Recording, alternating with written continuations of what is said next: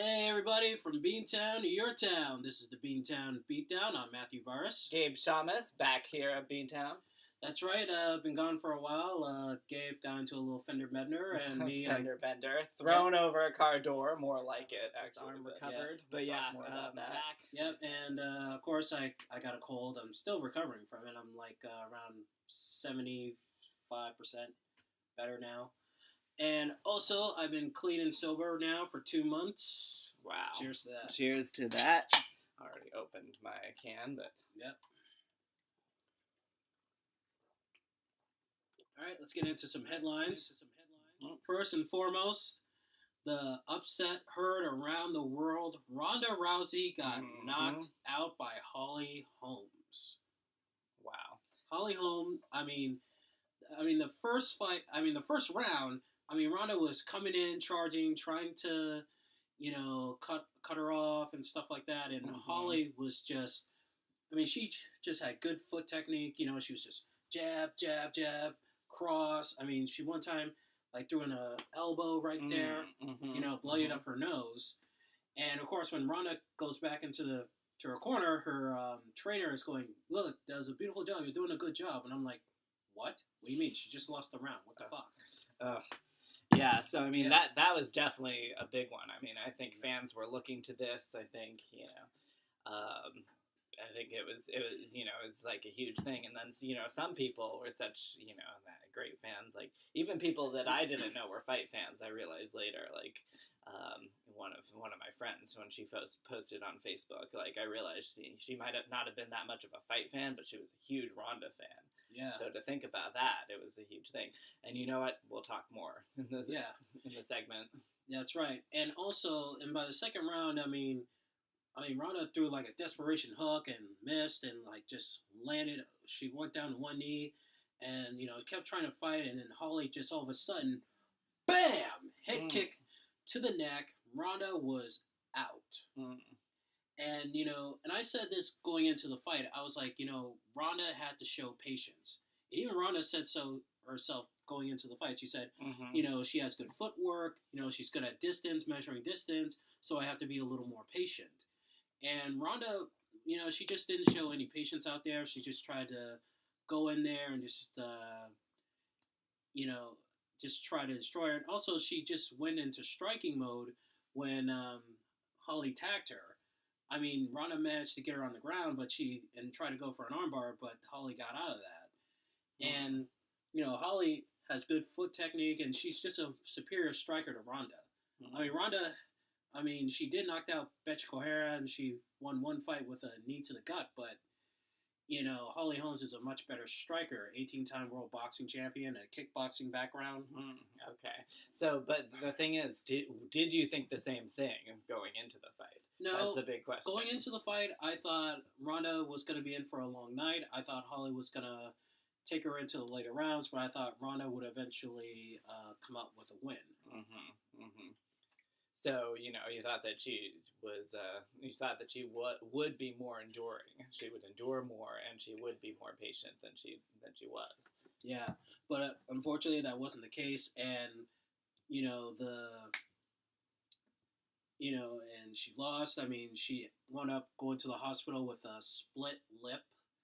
Her lip was split, and, she did get some surgery on it, and she came back yesterday, and they reported this on TMZ Live, and she was coming through the airport with her boyfriend, Travis Brown, another UFC fighter, and, the paparazzi were there at the airport taking pictures, and she had her face covered up. That's like a scene.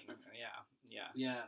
And, but of course, now we know that there will be a rematch between Ronda and Holly, and hopefully the second time go around, it'll be better for Ronda. Ronda's still a champion, in my opinion. I love her. I also like Holly as well. And that was the next thing I was going to ask. It was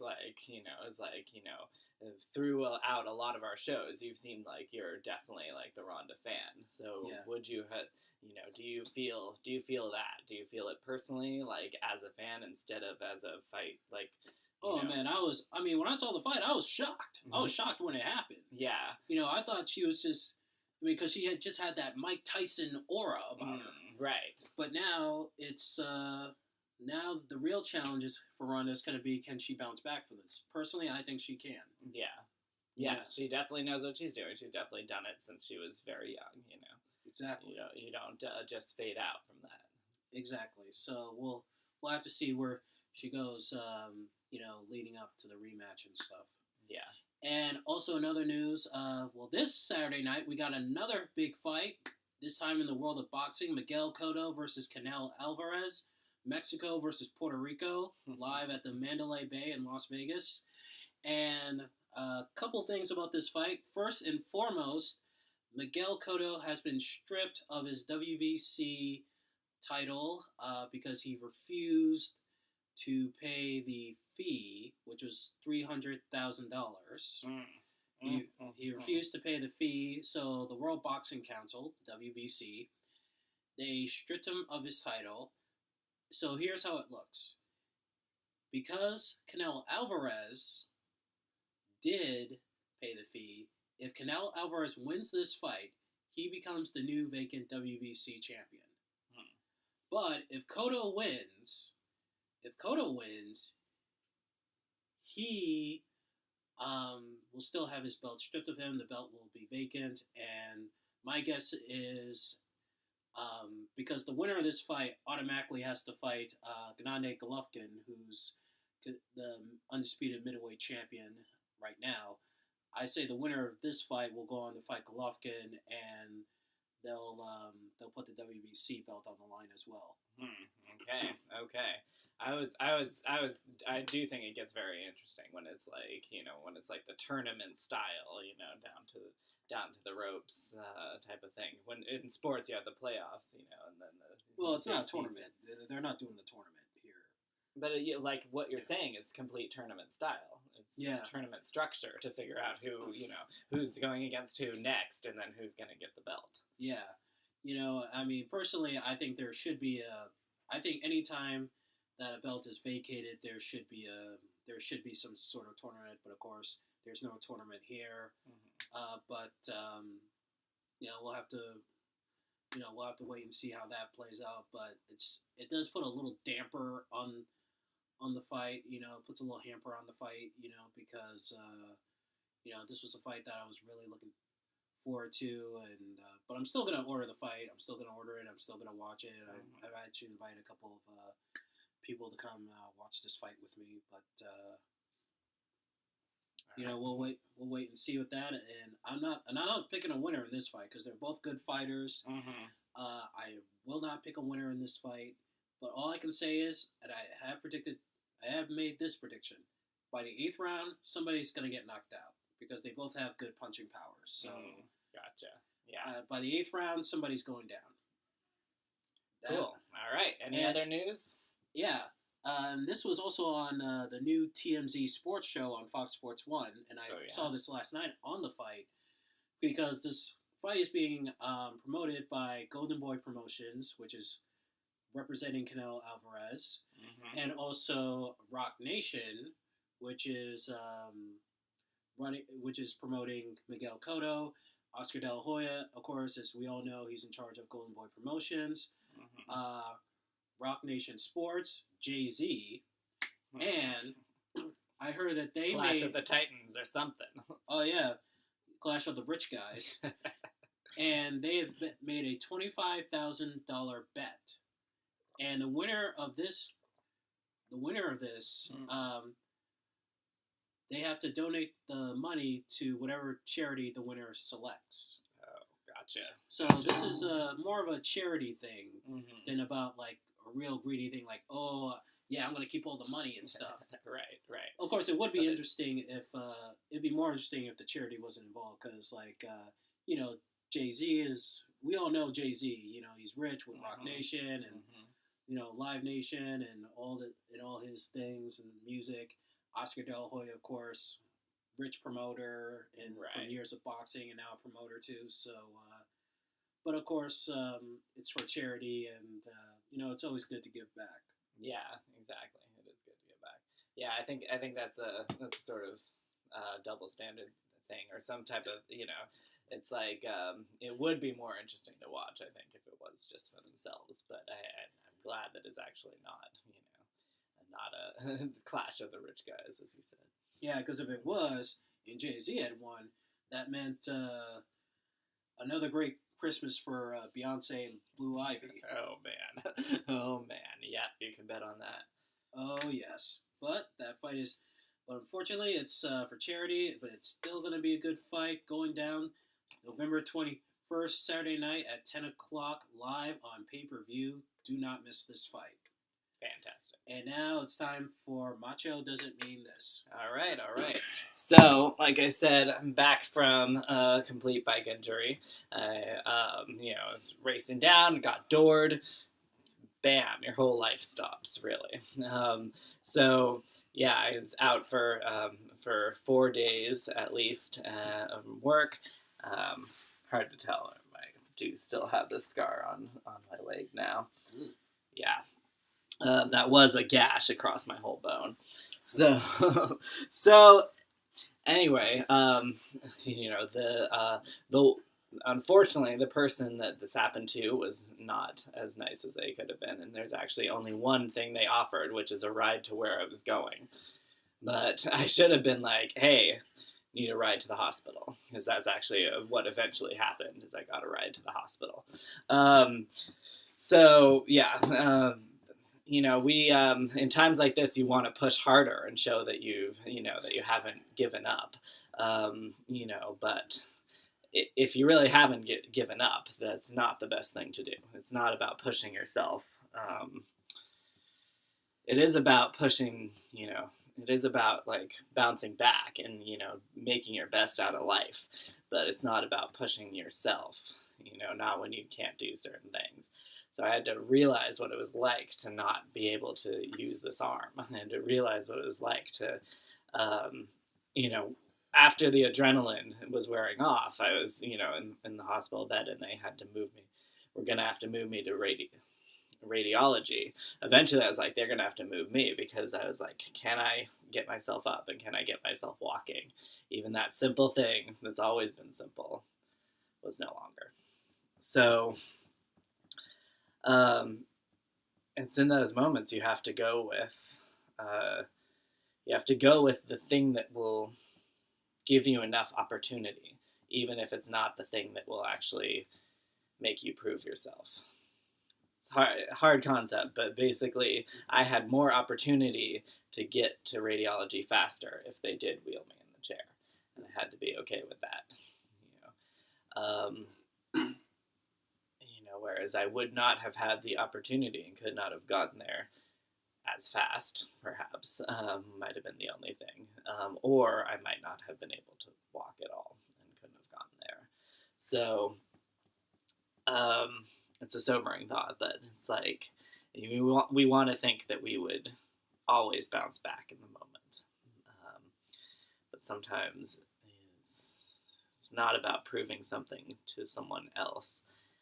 Sometimes it's not even about proving something to yourself.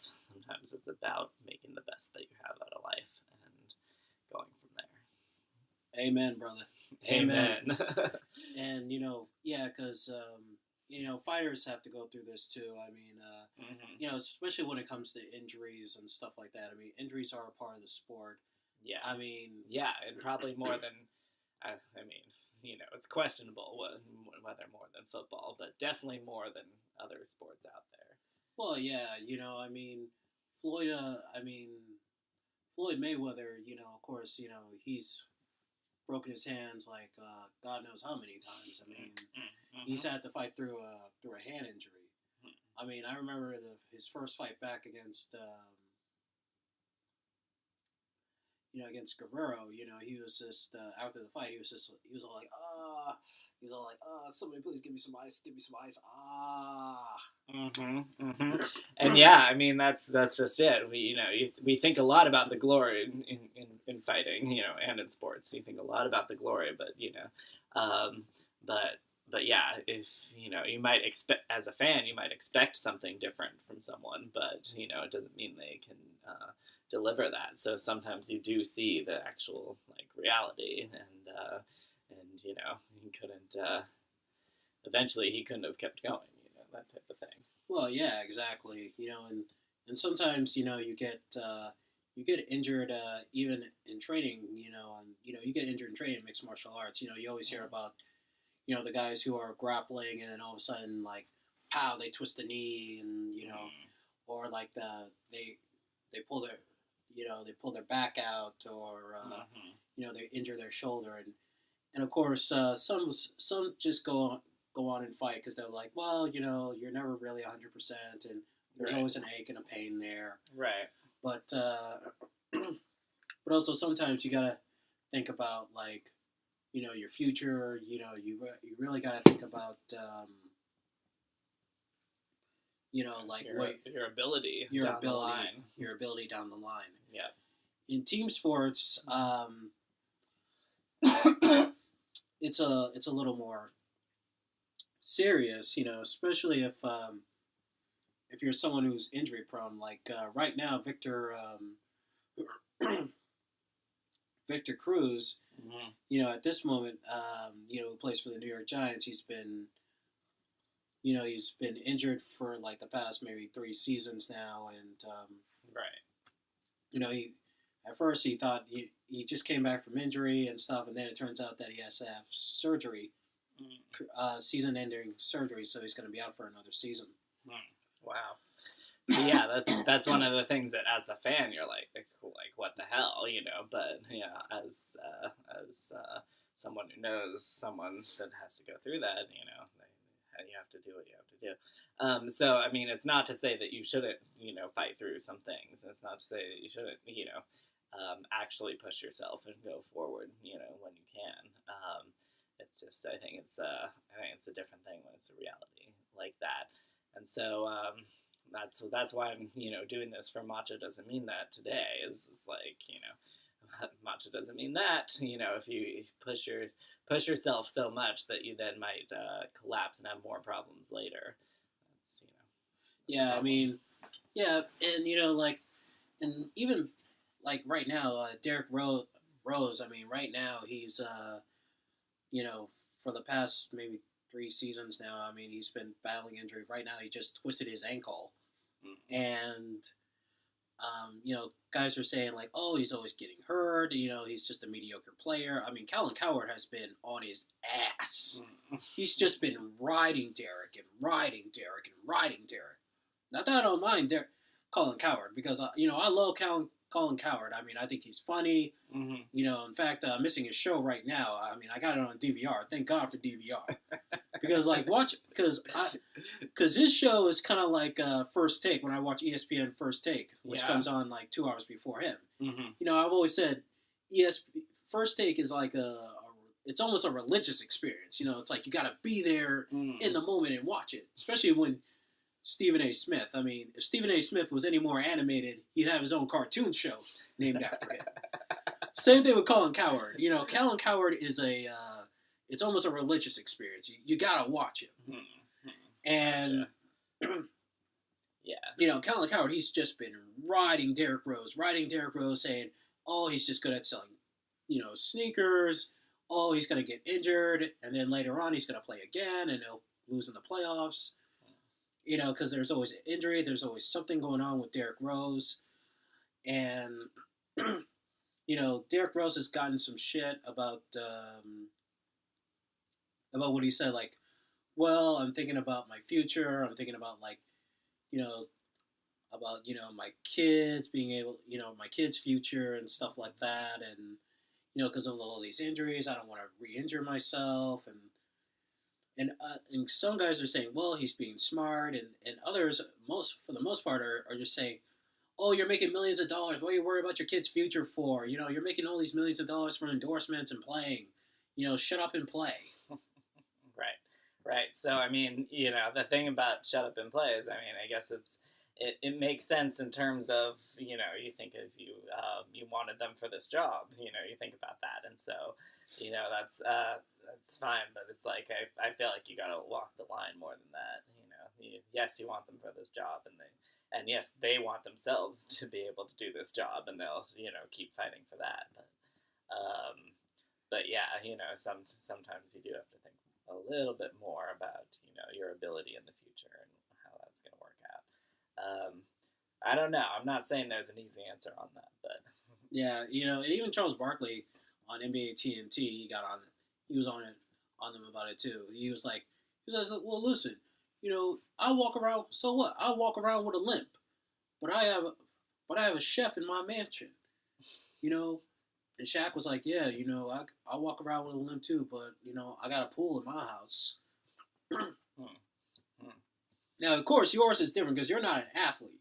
Right. So, I mean, Yeah, regardless. that's the other thing is I'm kind of saying this to you guys out there, which a lot of you are not athletes, a lot of you are not fighters, so it's different when you have to do something physical, athletic for your job. Yeah, because you're an average guy. So regardless of whether you walk around with a limp or not, you're not going to have a pool or a chef in your kitchen. As they say. Yep. Yep. But yeah, I mean, I think most of us want to think that we're like an athlete, but most of you guys out there are not. So the whole rules that you would put on an athlete don't apply to you. Yeah, exactly.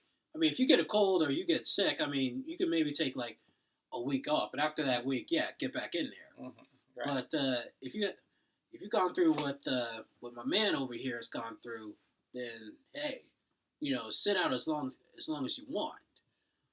Because money isn't everything. You gotta be at 100% if you work at a job like he does. Mm-hmm. Yeah, I mean that's the other thing. I'm on my, it's things you don't think about. It really is things you don't think about. I'm on my feet all day. So actually, when I first went back to work, my injury shifted. I was worried about my shoulder, my arm. My injury completely shifted to I have bruises all across this leg. So then suddenly, being on my feet so much, my injury shifted to my freaking legs all the time. So, but now that I know I can do that, I do go back to work and and do the best I can do. So I think it's like know the timing too is the other thing. Like you can definitely push yourself and get back into the game. Yeah, exactly. And and sometimes even actors get injured. They get injured on set. I mean, or from doing stunts and stuff like that. I mean, Jackie Chan, how many times has he broken a bone during a movie? Yeah, yeah, exactly. As a matter of fact, I even heard of several years ago. I heard like he has no cartilage in his knees now. Oh, really? Yeah, he has no cartilage in his knees, and Donnie Yen, he has because Donnie Yen, the actor, he's done mixed martial arts training for his movies when he's had to apply mixed martial arts. Mm-hmm. But and one time Bay Logan asked him on film commentary for the movie Flashpoint. He asked him, would you like to get into MMA? He says, I would love to, but the thing is, I hurt my rotator cuff. I have a bad rotator cuff, and stuff. Mm-hmm. So definitely, I mean, a rotator cuff. I mean, when you injure that rotator cuff, that's hard. I mean, Matt Hughes injured his rotator cuff when in his first fight with George versus St. Pierre, and he said like, yeah, still to this day, I still have a bad rotator cuff because I was like trying to get out of that armbar. Right, right. So yeah, I mean, it's interesting to think about that it happens in movies too. I don't think that's anywhere near as serious as some sports, but it happens in movies, and then also I think we're going to talk more about this in a way with Ronda and her career. Like this is a tie-in to me. I think that they some fighters go we argued about whether fighters make good actors, and I think they go into acting because it's a way to make still have the glory, but make yourself a lot more relevant for a lot longer. Well, yeah, because fighting isn't going to last forever. Right. There's going to come a point in your life, whether it's an injury or it's because there's certain fighters you can't beat anymore. You got to start thinking about doing something else. Right. Whether it's acting, whether it's getting to promoting fights, or being a broadcaster, or selling like products like food or whatever. You got to think about that, and that's what some fighters are doing right now. They're getting into, some have gone into the acting, and Ronda has definitely gone into acting. And Yeah, yeah. So, yeah. So I think that's a perfect segue into we're going to be maybe not debating, but maybe debating. Right. Our new segment here, we're going to be calling "Chew on That." Actually, I just came up with a better name for. How about "Bite on This"? Bite on this. Well, you think that's better? It's a nice one. That's actually let's do audience feedback. I'm going to be doing both titles just now, and let's talk about that. All right. Well, here's the thing. Ronda Rousey, of course, as we all know, she lost, and what really upset me was, and I wasn't disappointed in Ronda. I was disappointed in the fact that she wasn't patient enough. She wasn't patient enough with Holly. That's the only critique I have of her. But when I went on the message boards for when I had to see the post-fight press conference on UFC.com, and I went on the other websites and saw all these comments and post after post after post, are these people who criticize Ronda. They're saying that, Ronda, Ronda, she was mean. She didn't touch gloves. Yeah, she didn't touch gloves in the fight. And she was, saying like, yeah, Ronda thinks that she's so bad. She's so badass. Let me guess. Ronda thinks she's all that. Exactly. And the shit and that type of thing. Yeah, exactly. And it was even worse when the celebs got involved. I mean, Donald Trump tweeted out. Does Donald Trump ever not make trouble while tweeting? Yeah. Anyway. Well, it's an election year. Yeah. By the way, he was great on Saturday Night Live.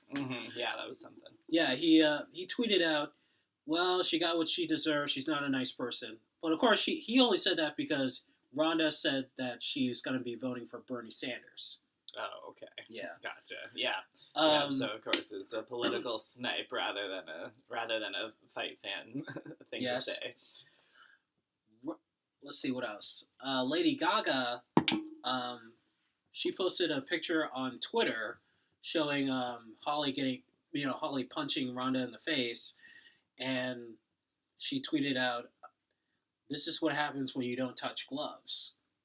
Really? Gaga said that? Well, yeah. Well, Gaga, she posted a photo like months back of her training at an MMA gym and stuff. Okay. And if anybody who knows Ronda does not. I mean, anybody who knows Gaga does not put up with bullying, and she perceived Ronda as sort of a bully and stuff like that. Yeah, that's the thing I was thinking. I was like, I mean, I think normally she'd be like completely in favor of her, like, that she's both a movie star and a fighter, and people really respect her as a woman fighter. But I do think that the one thing she might say is that she thinks it should be a lot more respectful, and therefore the glove thing is respect, and if you don't do it, well, I mean, I don't know. I think Ronda has a reason if she does. And then of course Layla Ali, Muhammad Ali's daughter, and also a world boxing champion. TMZ, they got her on there, and she said, well, if you're the best in the world, you don't get beaten like that, ever. Taking a jab there at Ronda. And easy to say that with what her father did, but, her father was an exceptional case. Easy to say that with what her father did. Yeah, and also, Layla was a world boxing champion herself. I mean, I've actually had the privilege of watching her fight a few times, and she was an amazing boxer. Yeah. Now, all these comments from these celebrities and all these other people who are saying like, well, she let the fame get to her head, she's arrogant because she says she's going to retire undefeated. She says, Ronda has said in interviews, she said like, look, I'm going to beat all the women in my division and I'm going to retire undefeated. And personally, I have no problem with that. You got to have some confidence in this sport. Yep. You got to have more than some in the pre-fight press conference, right? Yeah, exactly. And people were saying like, oh, she needs to be brought down to earth, and she got brought down to earth, and now she's going to be more humble. And let me just say this: bull fucking shit. Bull fucking shit. Okay? Why? It's bull fucking shit because Ronda has only talked trash about, so far, only 2 opponents. Actually, 3. Sorry, I tell a lie. 3. Okay. There was Miesha Tate in the first fight. Mm-hmm. First and second fight. Sarah Kaufman, when she first defended the Strikeforce women's bantamweight title. And then there was Betcha Correia in her last fight because, Betch was talking shit about Ronda, being Ronda's partners, her training partners, and also telling her, like, don't commit suicide. So, other than that, Ronda hasn't really talked shit about any other opponents. Right. And as far as the whole movie stuff goes, she was doing movies with her other fights. She was doing Fast and Furious 7, and she was doing Entourage while she was training for her fights. Right. So, and everyone's going like, well, because she has she's filming these movies now. She's got these movies coming up, with Mile 22 with Mark Wahlberg, and the remake of Roadhouse. Everyone is saying, oh, now she, this is what happens. She's distracted and she wasn't focused. Bullshit. Yeah. Okay, that's not an excuse. Okay, she just got a good ass whooping. Yeah, and the thing I'm gonna say about this is that I feel like I get your point. She was it's not that she needed to be humbled. That's I mostly agree with that. But I do think that you should actually be given the chance to come back greater if you are brought down. That's the kind of the flaw in the whole thing. And when they had longer careers, I think back in the day with Muhammad, with Ali, with Frazier, with like people back in the day, maybe you did get brought down a little bit, but then come back stronger, and because you had a longer career to do that type of thing. So I think that she should have the chance to come back stronger and whatever, and so I honestly, I do think this could be a good thing for her, but not because she needed to be humbled, but this should be how it goes. You should have a longer, more glorious career, and be able to do that, even if you're brought down once. And I hate this whole oh, we forget about your great record once you have one loss. Maybe she wanted that too when she said, I'm going to be undefeated, but she shouldn't have to live to that standard. She should have to live to to standard we would put for any football player. We would put a standard that they can bounce back. So she should be able to still be great. Well, exactly. And as far as the whole we're saying oh, I'm going to retire undefeated and stuff like that. Listen, I read her book, and in the book, her mom told her when she was in judo competitions, nobody has the right to beat you. Okay? Holly Holmes is a world-class boxer. But that doesn't mean you should go into it and just go, well, I'm just going to lie down and, if she beats me, hey, it was expected because, she's a world-class striker. No. Ronda went in there and she put her dukes up and she just, she went in there and fought. Now, granted, she should have used her striking to set up for takedowns because if she, and I said this going into the fight, if she tries to just go kick for kick and punch for Holly with Holly Holmes, right, Holly's going to knock her out. She should just use that striking, 1-2, and then try to go in for a judo throw or try to, shoot in for a double leg or a single leg takedown. But she didn't do that. Right. I mean, Ronda has good striking. Yeah, But I mean, we before this, like half a year ago or more, we were talking about how she wins fights like that. We were yeah, talking about how exactly. quickly she wins fights because in those cases she was more able to overpower them with speed. But she should have known she couldn't do that in this case. Oh yeah, I mean, Holly Holmes had good foot technique. She has good foot technique, and she has superior boxing. Mm-hmm. Her striking is superior to Ronda, and now hopefully Ronda will know that going into the rematch. Mm-hmm. Exactly. Exactly. And That's the other thing. That's why I'm glad there's rematches and things like that. It's like, yeah, maybe sometimes it can get annoying, but in this case, you learn something and you again come back stronger. That's what they always say.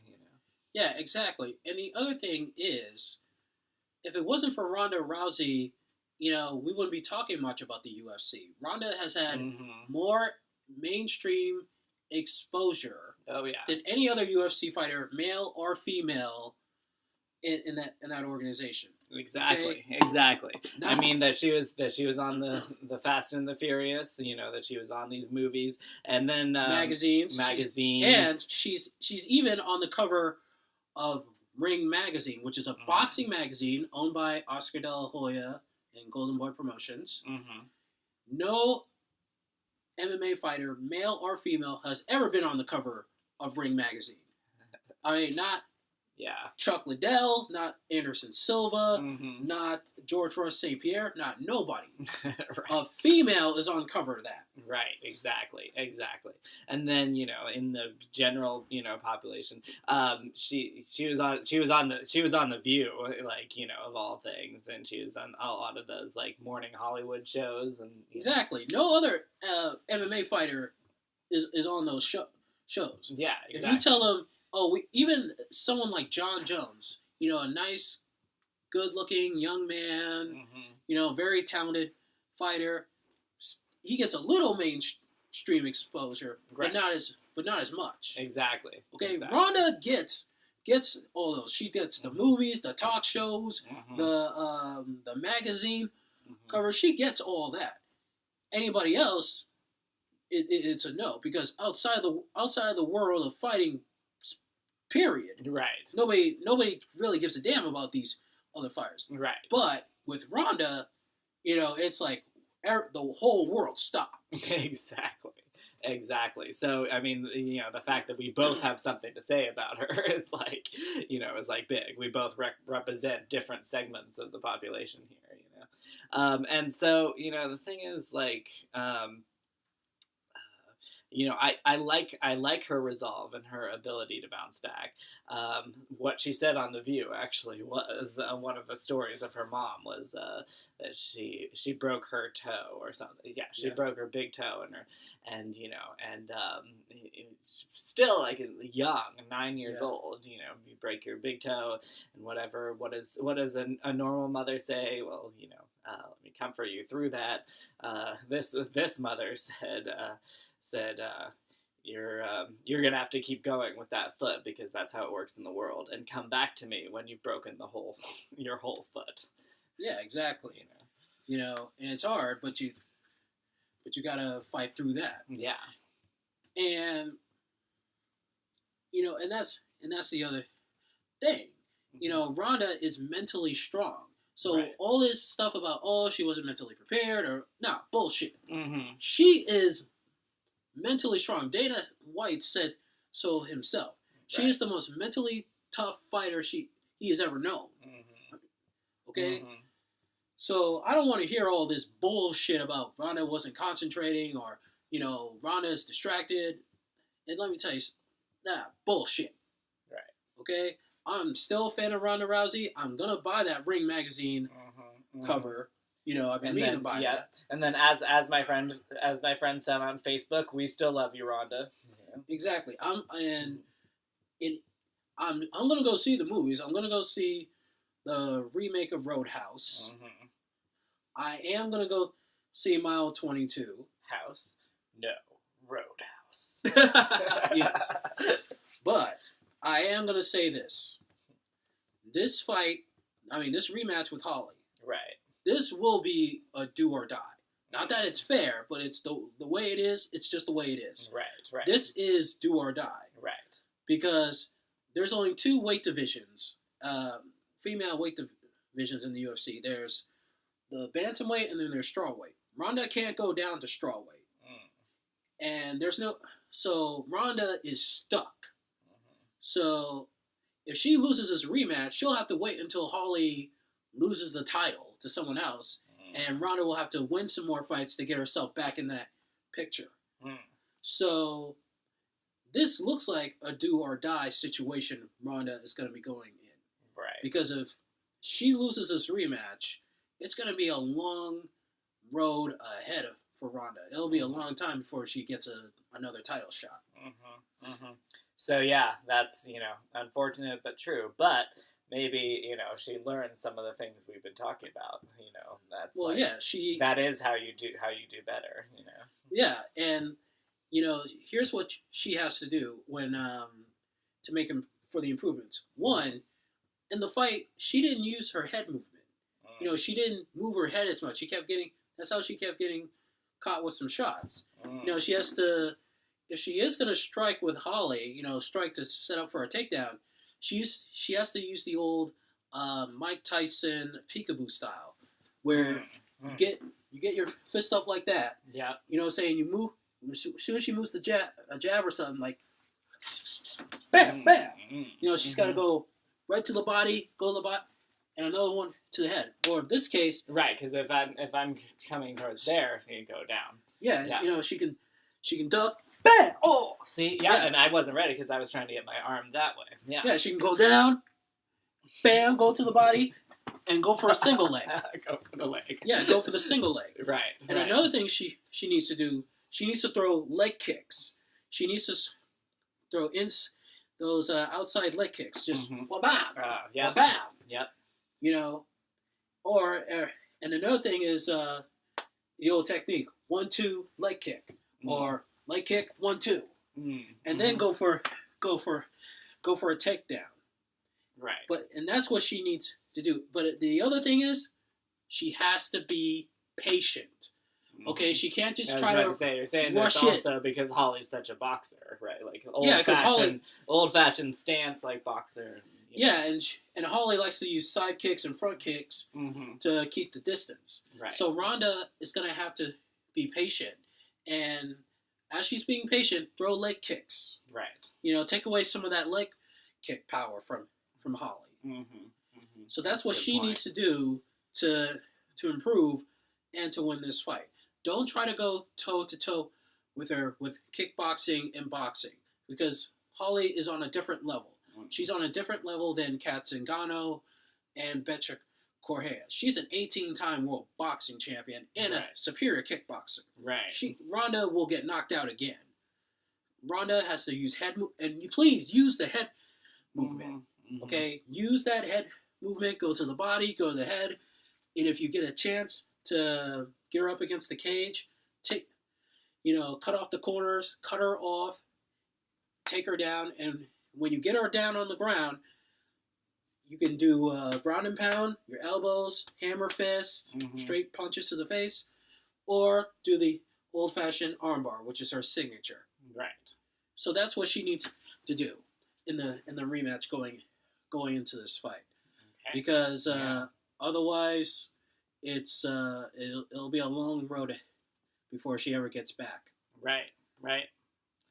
Well, yep, that's something to chew on, or that's how she bites this. Wait a minute, we'll sell it. All right, I know how to sell this. Rock, paper, scissors. Yeah, let's do it. And this is a one-time thing. There's going to be no best out of 3. Okay. And we'll sell it right here. All right, go.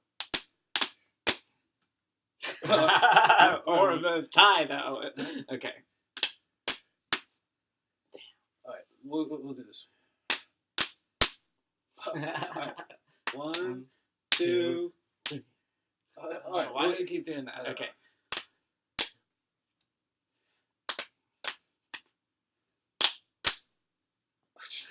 Okay.